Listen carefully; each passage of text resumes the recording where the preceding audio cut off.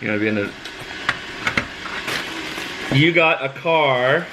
Yeah, some Legos. Legos, and I got something from China. Can I see? Oh yeah, we're all gonna see. What is it? What is it?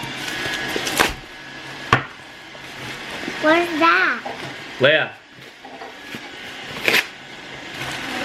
FPV goggles. Whoa. Where did it go? China. Okay. So one of the most important parts of the tiny whooping is that you get your drone mounted with a camera. So first thing I need to do is free the camera from its protective case. One of the reasons why you need the 3D printer is this guy really is best suited with a slightly pitched angle, and you can't really do that without a mount. So we're just going to use some double-sided tape today just to get started, but in the future that's the best way to do it.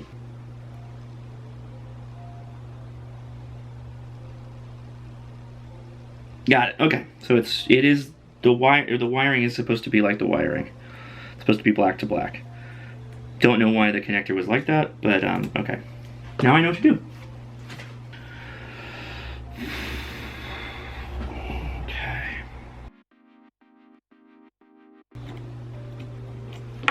Yes! We've got it. It's all working now. Okay, now let me find some double-sided tape. Let's fly. What's up, allies? So ever since I got my first DJI Phantom, I've been recommended to get into the world of FPV, first-person view, which is basically wearing goggles on your face and having an immersive experience of seeing exactly what your drone sees as you fly it. Now, there's all kinds of really inexpensive ways to get into it. However, one kind of small niche of the FPV market is this thing called the Tiny Whoop. And the Tiny Whoop is basically modifying a small quad rotor with a tiny camera.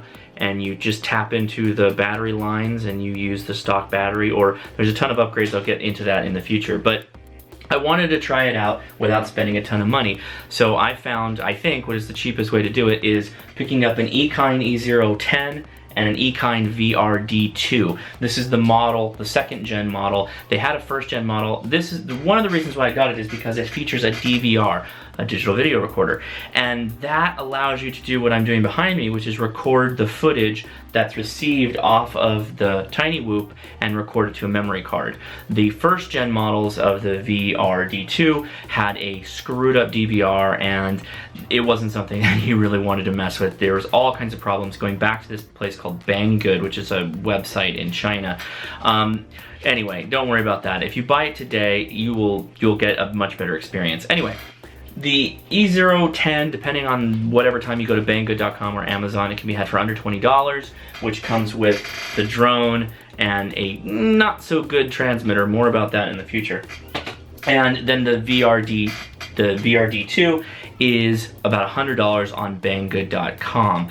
Some of the cool things that you can do with the FPV flying is basically what you're seeing here, right? There's all kinds of little mini drone races that they do now with the Tiny Whoop platform, and you can get involved in that relatively cheaply. So for under $200, you can have a fun little platform, and it is kind of like a hobbyist thing because you still have to go in and solder it. In the case of the E010, there's a lot more soldering that you have to do versus the Inductrix. Now understand the Tiny Whoop, it all started with the Inductrix. The Inductrix was a quad rotor very similar to this, but all the engines had plugs to disconnect the engines and replace them if you wanted to do that, and a lot of people do upgrade. The E010 does not have those same connectors. You actually have to go in and desolder the motors and swap them out, which I haven't decided if I'm going to do that or not in the future. It's a cool little hobby, and like I said, under $200 gets you flying pretty quickly. I should probably explain a little bit about the FPV goggles and this whole system. The camera on the Tiny Whoop here operates on 5 gigahertz and is transmitting the video that you see behind me, and it's received by the antennas on the FPV goggle set. This is a diversity goggle set, which means that it can split between two receive antennas. One is a spherical or omnidirectional antenna, and the other is a beam antenna that has a 90-degree, basically parabolic cone of receiving. What that allows you to do, not so important when you're indoors working with a tiny whoop, but if you decided to graduate to something a little bit more powerful, what that allows you to do is kind of aim your body up and down to the drone that you're flying. The omnidirectional is more lossy than a beam. A beam's going to be able to receive much further than something like an omnidirectional. A couple of important things to understand about this particular FPV goggle setup, and goggles really is the wrong term, is it's really just a 5-inch LCD screen separated from 5 or 6 inches from your face, and you can see it has an adjustable lens for your different eye types, different, I don't know how cockeyed your eyes are. But that's really all it's doing, is it's shooting the image from the camera here, from the drone to the lenses, and that allows you to see them. It's not really more high-tech than that. It's relatively simple, actually, except for the fact that it is transmitting a decent amount of data over the air and through such a little tiny camera. So there are about 50 different channels that the headset can receive on. This one's set to 11, and I've set that on my Tiny Whoop camera. A couple of things to note is there's 2 AV channel modes. There's a cam and a DVR mode, AV2, and then to start recording you hit the little play button here. A couple of things to keep in mind. You want to start recording with the cam button and then immediately go back into AV1 if you decide to get these cameras, because, and I'll try and replicate it as easy as possible. Okay, so this is AV1. This is AV2. Let me fly around the house a bit.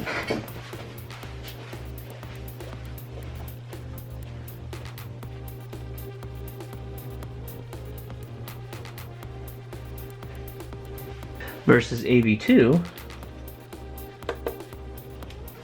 Much clearer.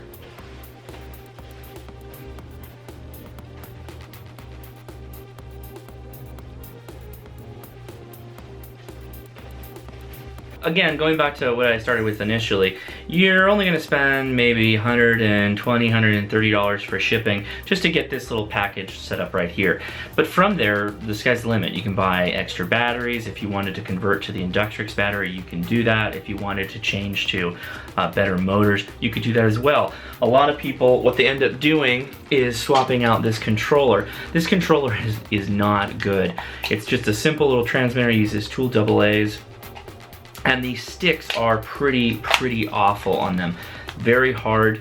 This one is the left, the rotating, the mode 2, the strafe left and right, or yaw left and right, and then the forward and back is really, the spring tension on it is really particular, and it fights you what feels like every step of the way.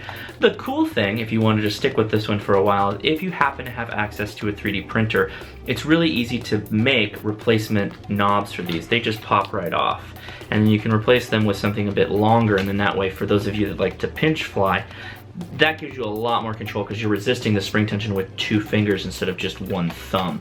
Unfortunately, I fly thumbstick style, just from when I was a kid doing RC cars, and I'm gonna try to convert over to sticks, but I'm gonna need access to a 3D printer before I do that.